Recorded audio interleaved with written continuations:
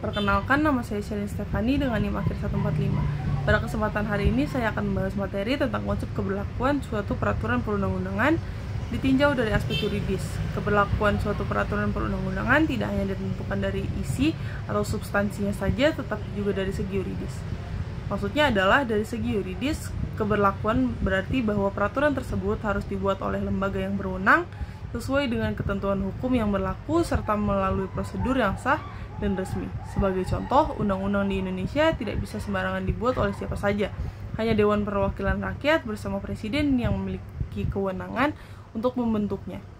Proses pembentukan undang-undang juga harus mengikuti tahapan yang sudah diatur dalam Undang-Undang Nomor 13 Tahun 2022 tentang pembentukan peraturan perundang-undangan, mulai dari tahap perencanaan, pembahasan, pengesahan, hingga akhirnya diundangkan dalam lembaran negara.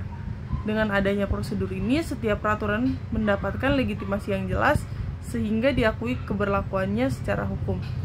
Selain prosedur, ada prinsip penting yang tidak boleh dilupakan, yaitu prinsip hierarki hukum. Dalam sistem hukum Indonesia, peraturan perundang-undangan tersusun secara berjenjang.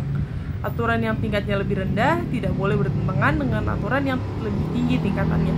Contohnya, peraturan pemerintah tidak boleh bertentangan dengan undang-undang.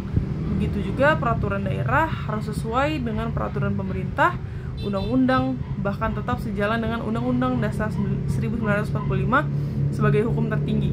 Hierarki ini berfungsi untuk menjaga keselarasan antar aturan sehingga tidak terjadi tumpang tindih atau pertentangan hukum.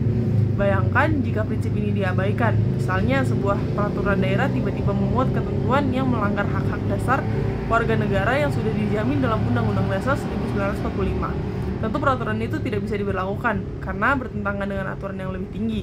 Dengan kata lain, tanpa pemenuhan aspek yuridis, suatu peraturan kehilangan kekuatan hukum yang sah dan tidak dapat dijadikan dasar yang mengikat. Karena itu, aspek yuridis adalah fondasi utama agar suatu peraturan benar-benar sah, berlaku resmi, dan dapat ditegakkan. Ia menjamin bahwa peraturan tersebut tidak hanya dibuat secara prosedural, tetapi juga harmonis dengan seluruh sistem hukum yang ada. Jadi, keberlakuan yuridis dapat dipahami sebagai jaminan legitimasi hukum.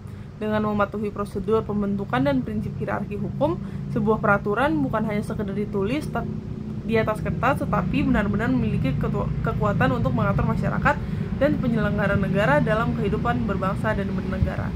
Sekian, terima kasih.